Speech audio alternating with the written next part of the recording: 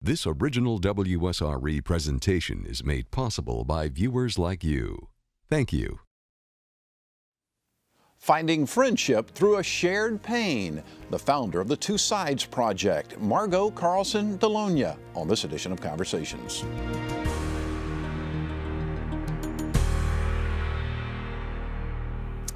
They are worlds apart, and decades ago, their fathers fought each other in Vietnam. But today, they feel the same pain, anguish, and a desire to know the men who were taken from them at a tender age. They are the silent casualties of the Vietnam War, American and Vietnamese children of fallen soldiers. Margot Carlson Delogne is the founder of the Two Sides Project, an organization that brings together the children of those lost on both sides of the Vietnam War. The reality of the shared pain was recently brought to life in a documentary film.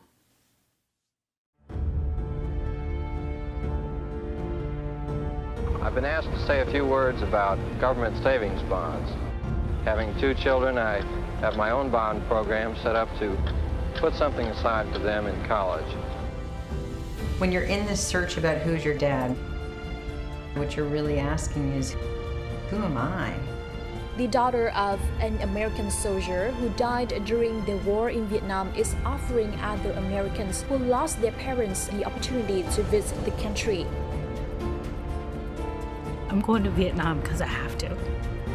Why are you meeting with kids of their dads that were our enemy?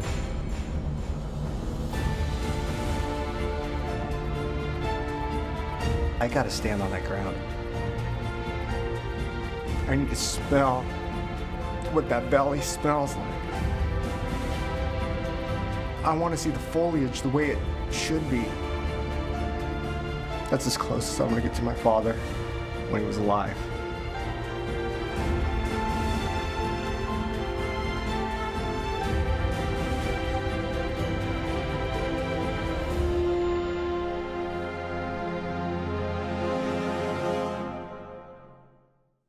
We welcome the founder of the Two Sides Project and one of the key figures in the documentary, Margot Carlson Delogne, to Conversations. Thank you for joining us. Thank you. Thanks for having me. My pleasure. Tell me, what is the Two Sides Project?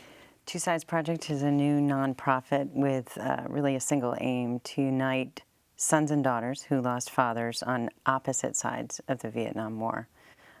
These two groups have never really had a chance to formally or all that often informally meet, and we formed this organization. I formed this organization so that that they had the opportunity to do that. Where'd you come up with the idea? What made you think of that? Well, you know, I lost my dad in the Vietnam War when I was 2, and I think I grew up pretty much hating all things Vietnam and never really considering that there was another side to this war. And it wasn't until, frankly, I was much older that I began to think about that. You know, that my father had been a pilot in the war. He had dropped a lot of bombs on people, and probably there was another daughter like me on the other side who had lost her dad, and I just started to have a natural curiosity about this. What was she like?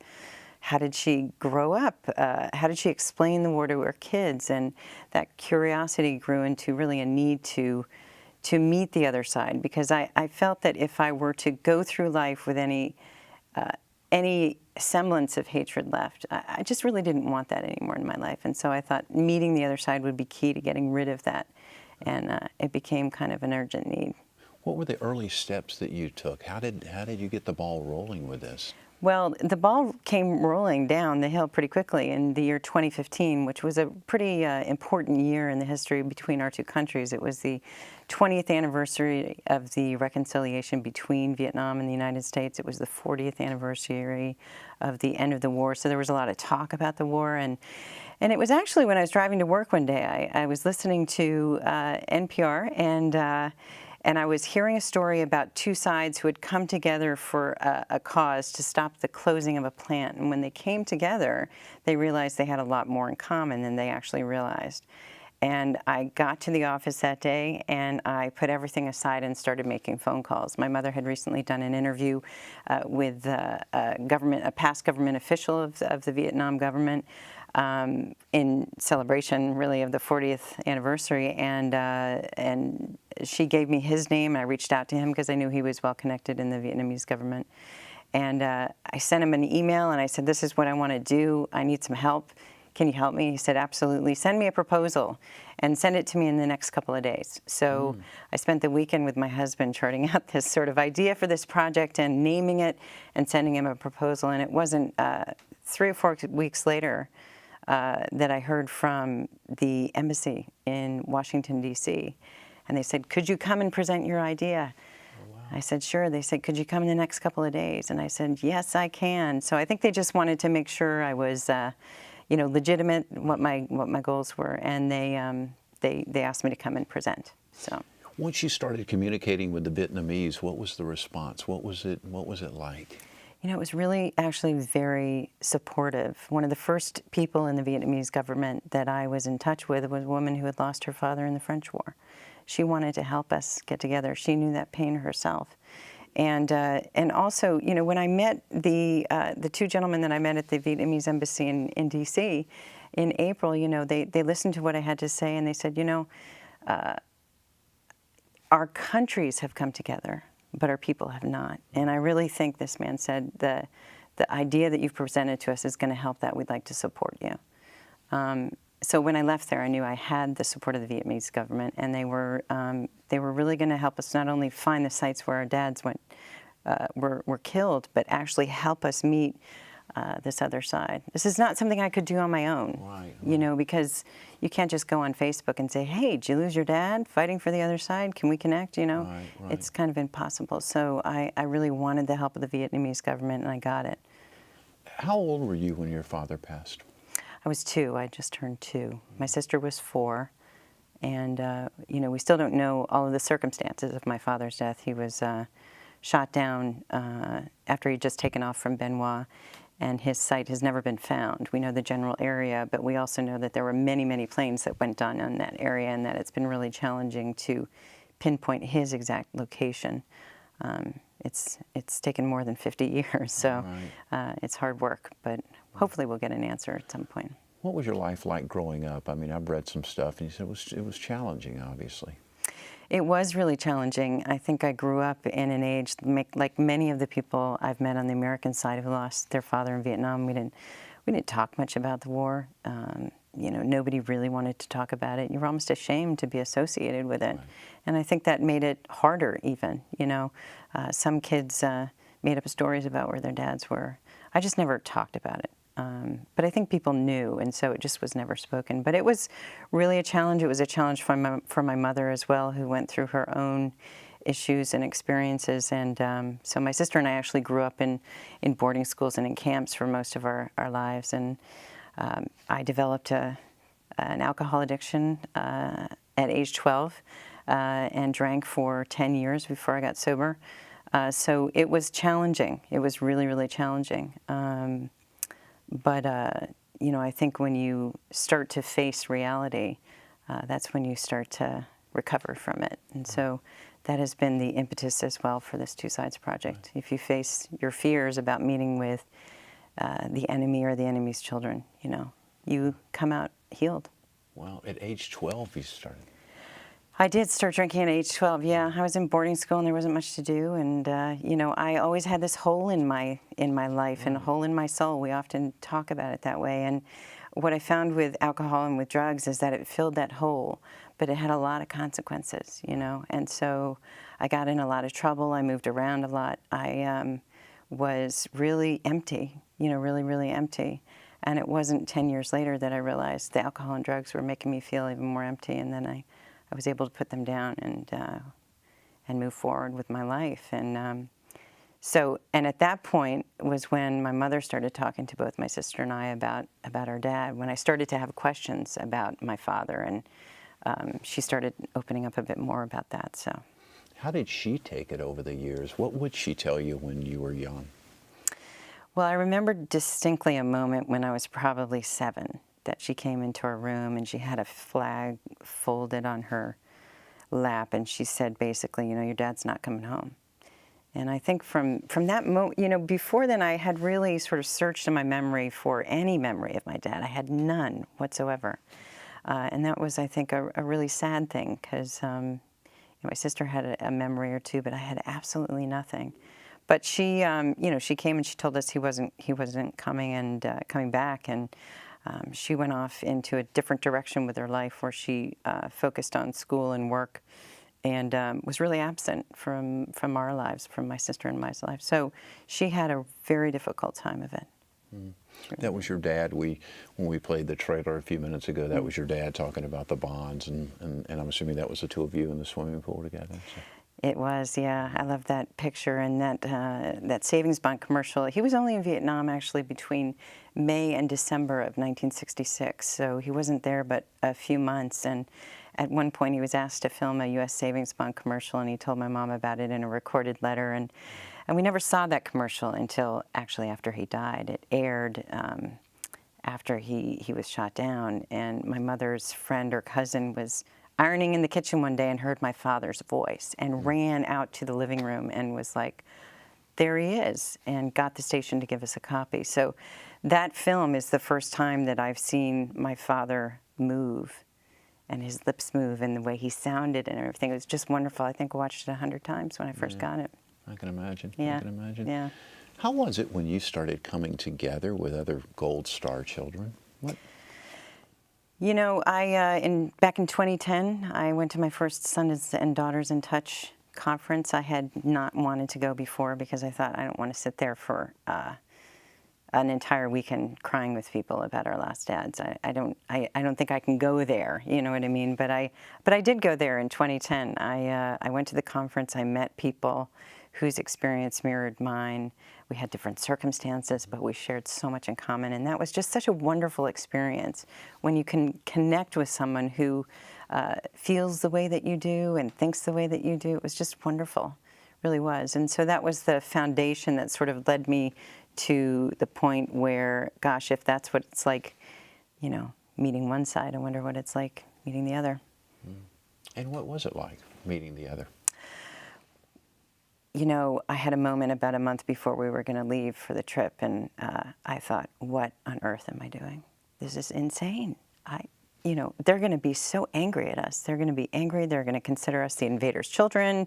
You know, they're going to yell and scream, and I thought that. But on the other hand, what I had heard is that the Vietnamese don't think about the war as in terms of their own personal loss. They think about the collective loss and what the country experienced. And so I was counseled not to expect really any emotion from them. And so, you know, I had periods of terror and periods of, I don't know what's going to happen, you know. And but when we walked into that first meeting in Hanoi, and we went around the table and introduced ourselves, and people started sharing their experience and talking about their dads and showing emotion, I knew that this had been the right thing to do, because we were connecting at a really very deep level. We were sharing an experience, and we were pouring our hearts out to each other, and we were coming out okay. Yeah. And you were able to take a film crew along. How did that come about? Well, I had talked to a documentary filmmaker about this, thinking, this is the first time these two groups have formally met. I don't know what's going to happen, but I think it's going to be interesting. We ought to document it. And she kind of went off and did another project. So I called Anthony Estrico, who I've worked with professionally for many years. And I remember sitting in the yard, and I said, look, I don't know what your friends and family price is, but here's the deal. Here's a project I'd like to talk to you about. And he was like, we're in. We're definitely in. If you can just raise the funds to get us over there and cover our costs to be there, we will definitely document this for you. It sounds really interesting. So Anthony and Jared came with us. They really were embedded. We knew they were there, but they were so unobtrusive that they filmed us at our most private moments at the sites where our fathers had died, and we weren't really aware of them. You know, I think that's remarkable on their part. But they came back and they had 150 hours of footage, and they said, we want to make a documentary. And so they had Nora, who's an editor, an incredible editor, who wasn't in Vietnam, look through all this footage and find this really beautiful, beautiful story about the experience that both sides had coming together. We have 3 clips from the documentary, and I want to play those clips, and I'm going to have you comment afterwards. So let's play our first clip, and then we'll have you come back and talk about it.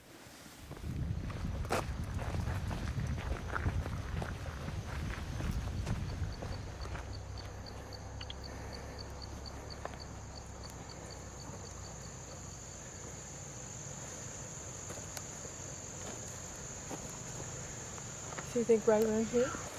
Let me just look. There's nothing cleared out over here. No. Okay.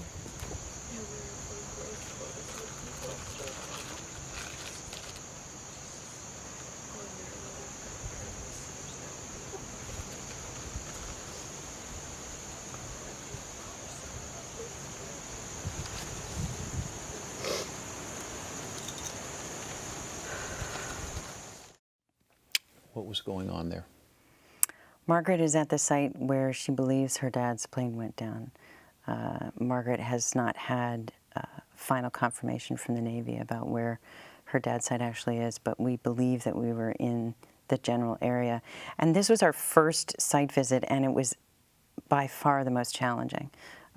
We had some disputes with the government officials in the area about which site it actually was. They were trying to steer us toward a site that had a plane still there. We knew that Margaret's site did not have a plane, and Ron Reyes, who was one of the participants, did a superb job of providing coordinates and showing exactly where on the map we wanted to go. But because we had this little dispute in an office for a couple hours, we were very late getting to Margaret's site.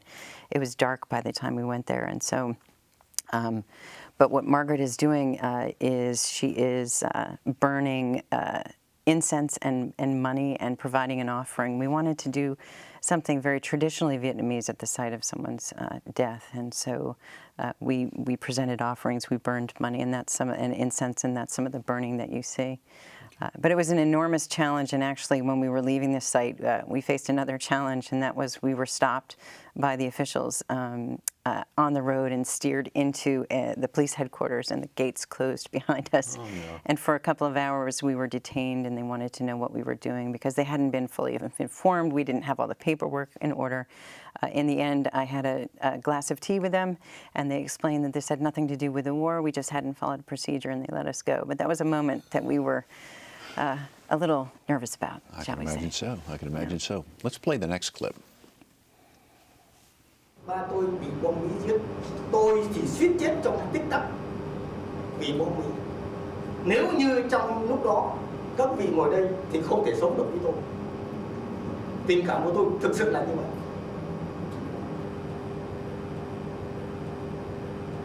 Đến đây thì tôi rất cảm ơn và mong ước là người đã sáng lập ra cái tổ chức của con em, những người đã mất trong chiến tranh ở Việt Nam.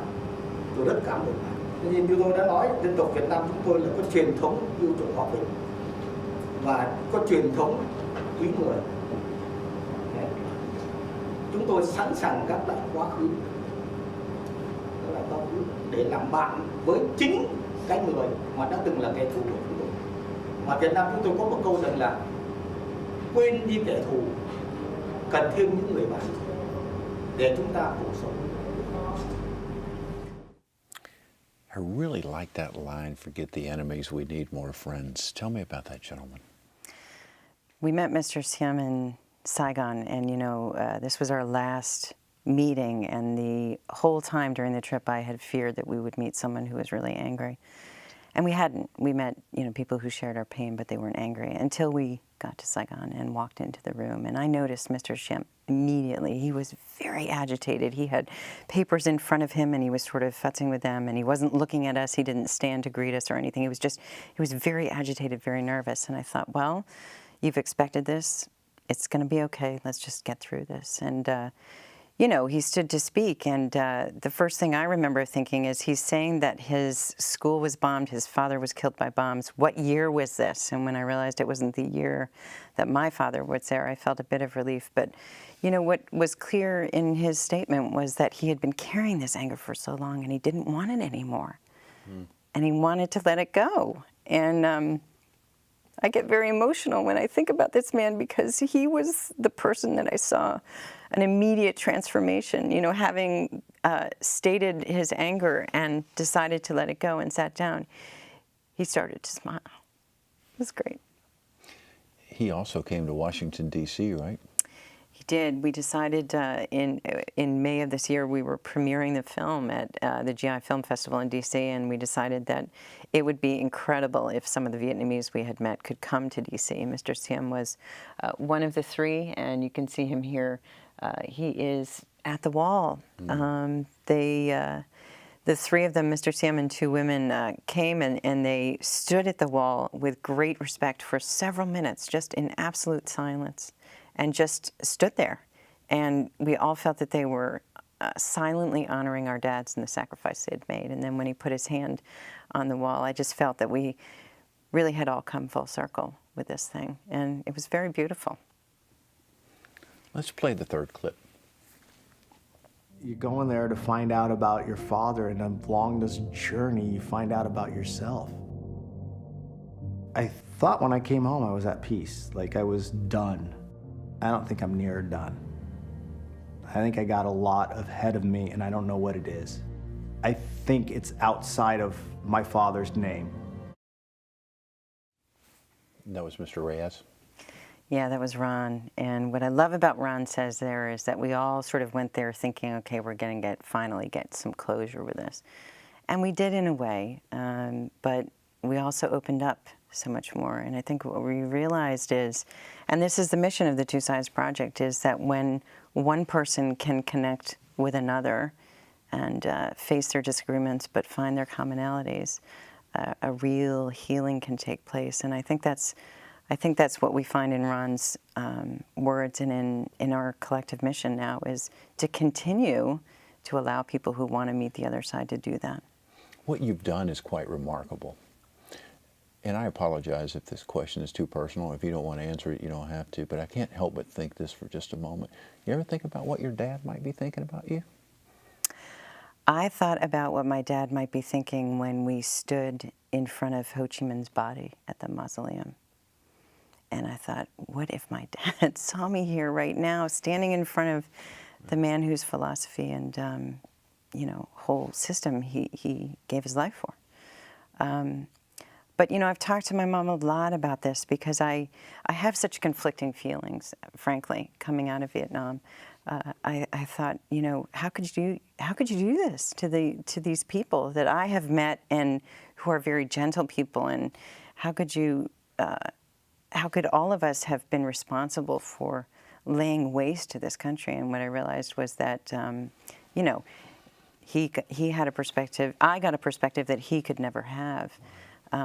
In the end, as I've talked to my mom about this, I think that he'd be very, very proud. And I think we all felt that our dads were with us on this journey and that they were blessing it. I really do. I believe that now. What was your biggest takeaway from the trip? Once you got back and just were able to kind of sit back and just let it all soak in, what was Margot's biggest takeaway? God, we're all so alike. We're all so connected. I think I felt this real sense of being connected in the world. That sounds so trite, but it was really deeply what I felt, that there were not a lot of differences when you came to it, and that when I sought to find differences or point out differences, there were probably commonalities that I wasn't willing to look at. And so I feel like that's a guiding thing in my life today, especially in an era where there's just heated debate about it. Just seems everything. I want to find the common ground so much. I want to feel connected in this world. I don't want to feel apart. For the longest time when I was drinking and drugging my way through my teenage years, I felt so different, but I wanted to be different, and I wanted to be alone, I guess. But I don't feel that way now. I really don't. I've grown up, I've gotten sober, and I have found that there's real beauty in connecting with people. What advice would you give other Gold Star children who may be still trying to figure out how to digest the world in which they live? And and the situations in which they had to grow up in? You know, I really honor people wherever they are.